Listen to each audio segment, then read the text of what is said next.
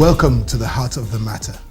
Today we have a special guest, Air Vice Marshall Gbadebo, retired. And the theme of our program is growing through cerebral palsy. Cerebral palsy is a condition we're going to be talking about that affects people, and sometimes people don't know it or understand it. Aviam Gbadebo, you're welcome to the heart of the matter. Thank you, sir. Now, you formed, along with your wife, a non-profit organization that deals with cerebral palsy. Could you tell us a bit about it? Benola is, as you say, is a non-profit organization which is focused at raising awareness about this condition called cerebral palsy.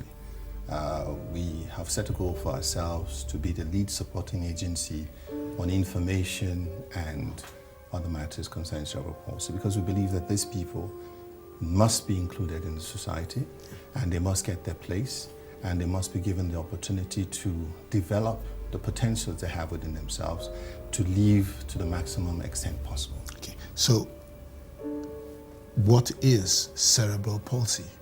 Cerebral palsy is a condition that results from a certain damage to the brain.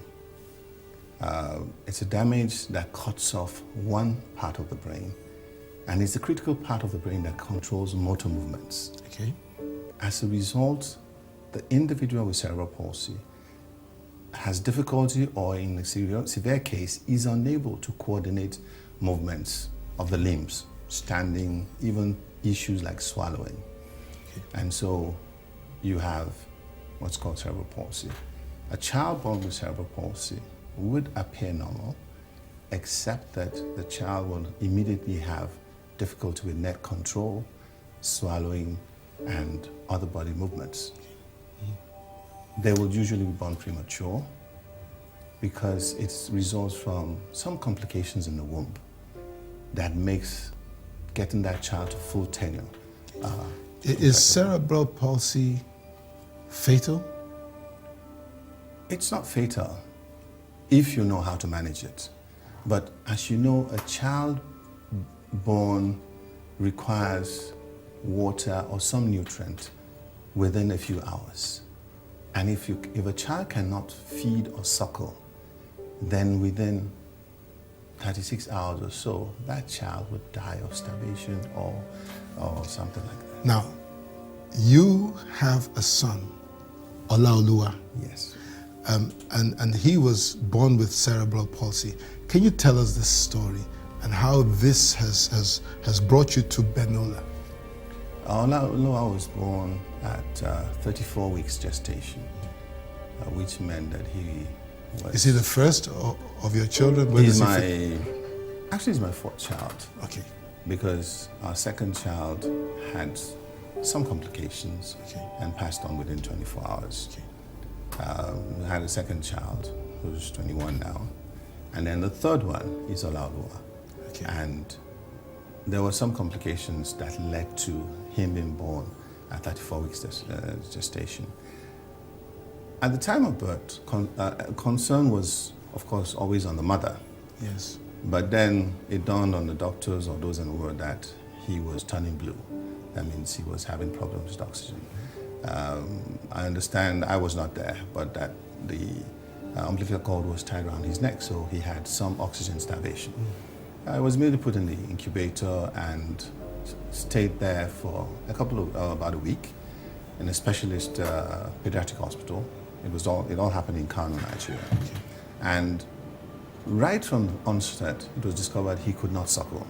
Okay. So they had to use a syringe to feed him and all that. And the impression and all we got from the doctors was that it's a developmental delay, he will pick up. And such premature babies do pick up 2-3 weeks, a month, and so on. But we kept managing this child until he was 6 months old. Highly irritable because of all the problems he was going through. And what about his feeding? Did you still have to continue to feed him with a syringe up till 6 months? Or no, after a couple of weeks, then he could suckle for a little while, but he went quickly onto a bottle because Of course, he had, they have problems with even the muscle control in the mouth, which is why they begin to drool. They drool a lot because they can't control that.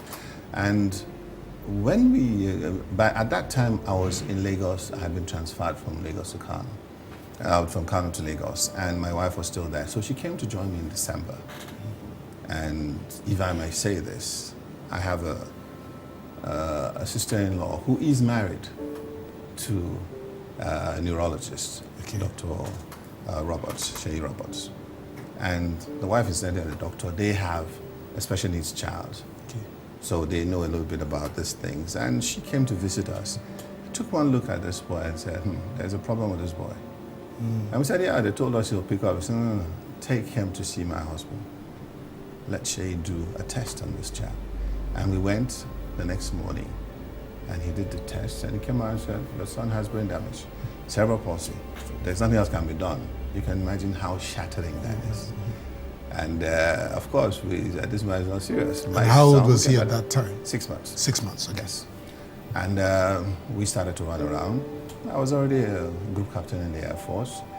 I had colleagues, I had senior officers who felt for me. And one thing led to the other. We were able to take him to Germany. He got to Germany, stayed for 3 months, concluded nothing can be done. You know, yeah, we got some specialist equipment, a lot of books, and a lot more knowledge. And from then, we've been managing him, and we've gone to different parts of the world. We've gone to India, because I've been on courses. My wife, too, has traveled with me. Sometimes we travel with him. And we've explored a lot of things. We've learned so much about what is possible outside Nigeria.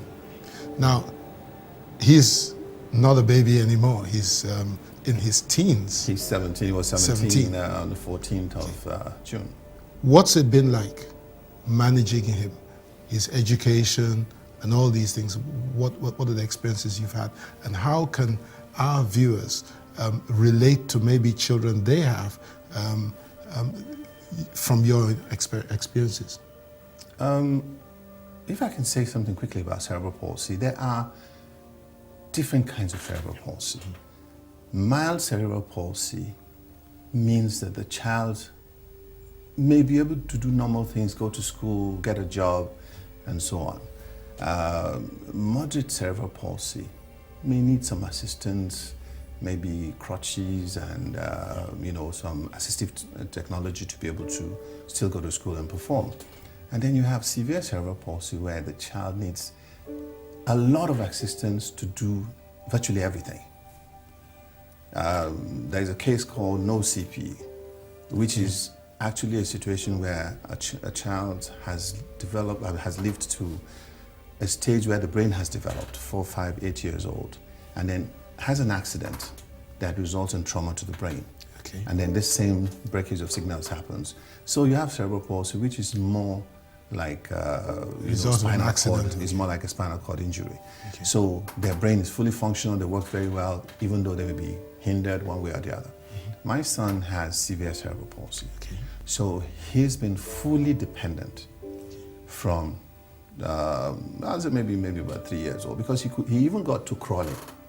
Okay. And that's the beauty of cerebral palsy. Cerebral palsy does not, in itself, is not contagious. That's why we don't call it a disease. Yes. It's not infectious. You can catch it. And it doesn't get worse. But the attendant conditions are the things that get worse. As a child grows, a child that could crawl suddenly can't crawl anymore. And as the body weight increases and so many things happen, then you have distortions of the body. And it can get so bad that the lungs, you could have threatened collapse of the lungs when you have scoliosis, which is twisting of the body. So you get to see your child just going through phases and changing each day. Especially if you're there, it's not so obvious. But yes. People who come to visit after a couple of weeks or months, the difference. They notice this child going through some serious changes. Yeah. So with him, it has been quite an experience. They drool a lot, which means they're constantly wet, their clothes are constantly wet, so they have pneumonia all the time. They're susceptible to fevers and all. When they're tooting, they have problems. They suffer a lot of seizures, which come at random. Somewhere where you have to rush them to hospital. for medication to calm them down, every other thing. There's muscle control discussions, there's stiffness that comes in. It's a whole ball game that they have problems with eating. They can't eat normal foods. It has to be extra soft or specially managed. Then they begin to get incontinent, so where you even have to manage how they pass, their waste. It's quite a ball. So how has the experience been for you? How was it getting him to school? Did he go to schools? Well, we tried taking him to school for social interaction because he doesn't speak. Mumbles a few words, blows kisses every time he's happy, which he does all the time. But at some stage, we took him to England. He was there for about 3 years. He was also going to a special school. They'll come to the house and pick him with a special vehicle, bring him back and so on. Beautiful. But as he got to about 12 years old, 11, 12 years old, he became quite a handful. I'm big, so he's big. And so lifting him has been quite a problem. And then so many other things have happened. So he's virtually at home now. But there are various experiences that we've had, and we've learned a lot being with him, managing him. And see, the thing is, God has been good. He's been extremely good to us. And Olaoluwa has turned out to be such a blessing that the more we accepted his situation, the more he grew, the more people rallied around us, had a place of work, and so on. What about with his siblings? How have they coped? How have they managed? How have you managed them and him and all that? I don't know whether to say he's managed them. But see, we've grown as a family. They were older, so they saw him come. But I think they very quickly understood that he had limitations and challenges, and they rose to the challenges. At a stage, we did virtually all the management for Olaoluwa, and they just played with him and helped to fill in the gap while we were doing one or two other things. But as they got older, they started to rise up to the challenge, to take over, changing his diapers, feeding him. In fact, my younger son, 21-year-old, he bathes for Olaoluwa. So we're a team. We work so well together. And I find that it has not affected their social life. By that, I'm not saying they have a social life. They spend a lot of time at home, but they're happy. And they bring their friends in. And they have friends who are comfortable seeing a 21-year-old man feeding his 17-year-old brother who is talking a chair. Even with girls, studies have shown that more than 60% of children with cerebral palsy have absolutely nothing wrong with the intelligent part of their brain. So they're extremely intelligent, and they read signals, and some of them have risen to be very valuable citizens in their various countries. So they can read body language. Okay. And if you are not comfortable with them, they read it. I mean, they can't say get away or stuff like that. They just chill and watch you. Okay. But when you are warm to them, what you get back is fantastic show of love. I'm going to ask you a bit more about Benola. What informed the formation of Benola? We're going to have to take a little break at the moment. So via stay tuned. We're talking to AVM Gbadebo on cerebral palsy. We're back in a moment.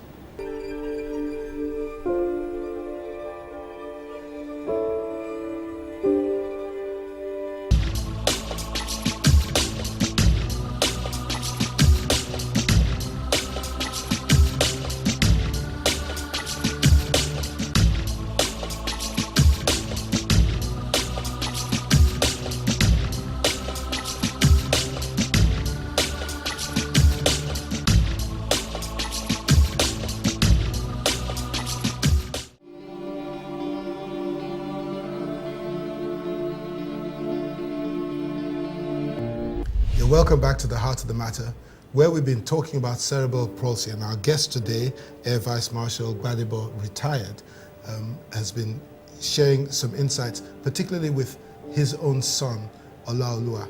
Now, joining us on the set now is AVM Gbadebo's elder son, Dayo, who's going to share with us some of the experiences that he's had and what he's learned living with Olaoluwa. Now, back to you first of all, AVM. Benola, what motivated you to start an NGO that would help people with cerebral palsy?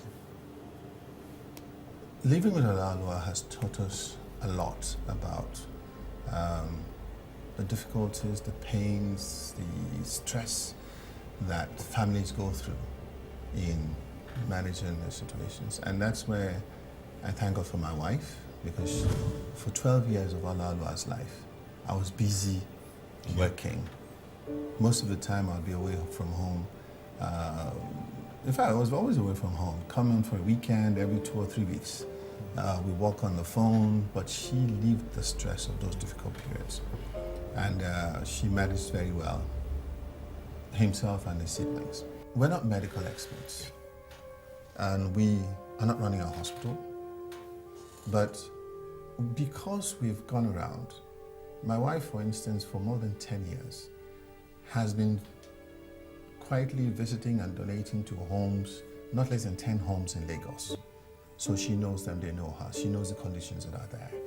I, in my own little way too, do know 1 or 2 places. And what hits you is that they could be a lot better than they are. Better organized, larger capacity, or even... Now, these homes are homes that are dealing with cerebral palsy or just general disabilities? There are 1 or 2 dealing with cerebral palsy. There are lots of them just dealing with disability, or even abandoned babies, or motherless babies' homes, stuff like that. And the way I can give back is to help these people who are doing wonderful jobs to restructure and get better, or even help them attract funds and resources and so on. And I know that I can knock on doors that they cannot knock on. And there are lots of things. When I talk about like capacity building, I've been in training all my life, military training, flying training, and so on. So I can organize workshops and training sessions. But if I call doctors, they're going to say, who's this guy? Okay? So I can work with them and help them to organize workshops and conferences to build capacity. I want to bring Dayo in here. Dayo, are you involved with Benola yourself? Yes, I am. Okay, what exactly are you doing with Benola? I'm the programs officer in charge of research and planning. Okay, what does that mean? What's that in everyday language? Basically research and planning. Just research on like people who need our help, or like plan activities and day-to-day things that go on in the office. About how many people have you discovered so far, Benola, that you can help? I would say they have discovered us. Okay. Yes, we have tried to reach out, but most times they discover us, they ring us, they mail us. So about how many? I would say approximately about 15 to 20. Okay. On cerebral palsy, but that's good. On disabilities there are like a lot more. Okay. Now, you're the next generation. Yes, sir. To your father. So where will Benola be in another 50 years? What do you envisage? What do you see? I envision Benola being a lead in disability, in the sense that we would help this nation through our advocacy to knock on doors and speak to people on top to make sure that these disabled people, because they are people like us, and quite frankly, to me, I feel that they are even more important than us. They are special. And I just believe like traveling abroad and everything, you see how they are treated, but here, people rather hide them. So I see Benola bringing these people out in the open and making Nigerians and even Africa as a whole respect and cherish these ones. People. Yes. Now let's talk about Olaoluwa. Yes, sir. Now Olaoluwa is a man created by God. Yes, sir. He's gifted by God, and it's just this disability that doesn't make everybody see it. But you see the Olaoluwa that's inside him. Who is that Olaoluwa? He's the happiest boy I've ever seen. even with his condition, he still smiles. He still, if you come back from a bad day and you see him, you just have to smile because he's smiling at you and he blows you kisses every day. When you're around him, he just there's just this spirit of joy in him that you just catch. Okay. So you know him beyond the person that you're bathing for. Yes. And you've got a sense of his He's spirit. a brother. How has it been for you? You know, there are only 2 of you boys in the family, right? 3, actually. 3. Okay. Yeah. Football, games, he's not been able to be involved in all of that. How's it been for you? I guess ever since I've been growing up, everything has revolved in a sense kind of around Olaoluwa, and the way my parents have made it seem is like at the end of the day I'm not really into football, I'm into things that would keep me in the house and would make me attend to him. So it's more like games that like chess or things that would involve him. Does he play chess? Well, not really, but he responds and like. So he knows the moves, and yes, he does. But since he can't talk or it's like spending time with him. You just get to know what he's saying per se. Okay. Yeah. So you spent enough time with him to know what he wants, what he's saying, Yes. and all that. Yeah. Okay. Yes, sir. Back to you, sir. How's it been as a father, being able to drive your family, to make Olaoluwa, as Dayo said, the center of the whole family tends to gravitate around him and his needs. How's that been for you? Initially it was tough, and then there were fears that his brothers would grow to alienate him or to like dissent him, because it's like he's deprived them of their youth and opportunity to do certain things. But as time went by, I started to realize that it wasn't that way at all. Yeah. They enjoyed being with him, they enjoyed doing the things they were doing. But like I said, Olaoluwa has been a blessing. He's opened doors. I'm a very conservative person. So I'm not the kind of person who will say, let's take the kids on a holiday abroad, with all due respect to those who do that. But when you have to take Olaoluwa abroad, and then you have these 2 boys, what do? You take everybody. I remember there was a time I told them, I think it was in Dubai airport, I just looked at all that and I said, you guys need to thank Olaoluwa. If it's not for Olaoluwa, you won't be on this trip, and so on. So he's been a blessing, okay, in various ways. And when I say we travel or we do things, it's not like I'm a retired officer, or even when I was serving, I didn't hold those appointments where I made money. But I had goodwill. And so when you need to do a surgery, when you need to do certain things, people rally around you. And then because my wife is a fantastic manager of resources, we're able to stretch whatever we're supposed to use for Olaoluwa's trip to also accommodate the 2 boys. You understand? So that I wouldn't be here if it wasn't for Olaoluwa. Olaoluwa wouldn't be, Benola wouldn't be there. I'd be one retired officer sitting down trying to figure out what to do myself. So, honestly, it's been a blessing. October last year, I thought I knew about cerebral palsy. But when I started to dig on cerebral palsy and went to some groups to tell them we were setting up an NGO on cerebral palsy, the flow of love is fantastic. They started to open doors. And so we have linked up with some organizations abroad, online for now. Myself and my wife attended an international conference on cerebral palsy in India in March. I didn't even know something like that existed. Apparently there is one virtually every month in different parts of the world. We're going again in October for one in Gateshead in England. And we're making contacts, and these people are helping us with information. And they're ready to help in other ways, which we're yet to get to. But our long-term goal is to build a center, a purpose-built center, where all the right things we're talking about will function. Not to take care of the kids, but to do therapy. So doctors will be there doing their own thing in their own hospitals and the teaching hospitals, but the therapy, whether it's physio, speech, and all kinds of things, special education teachers, occupational health will be there.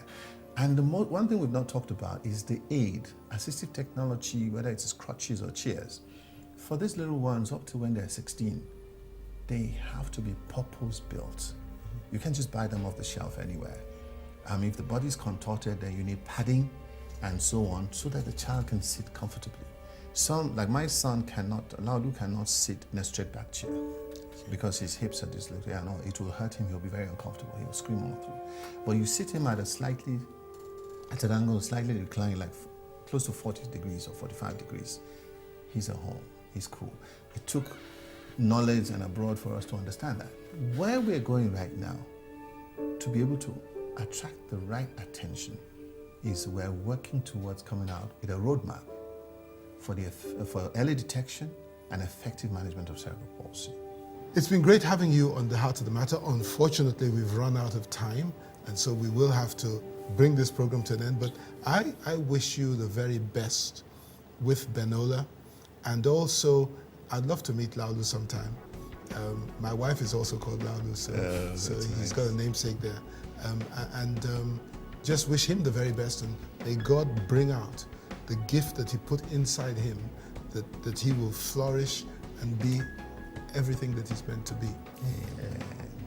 Viewers, we'll be back again next week with another episode of The Heart of the Matter. Until then, stay blessed.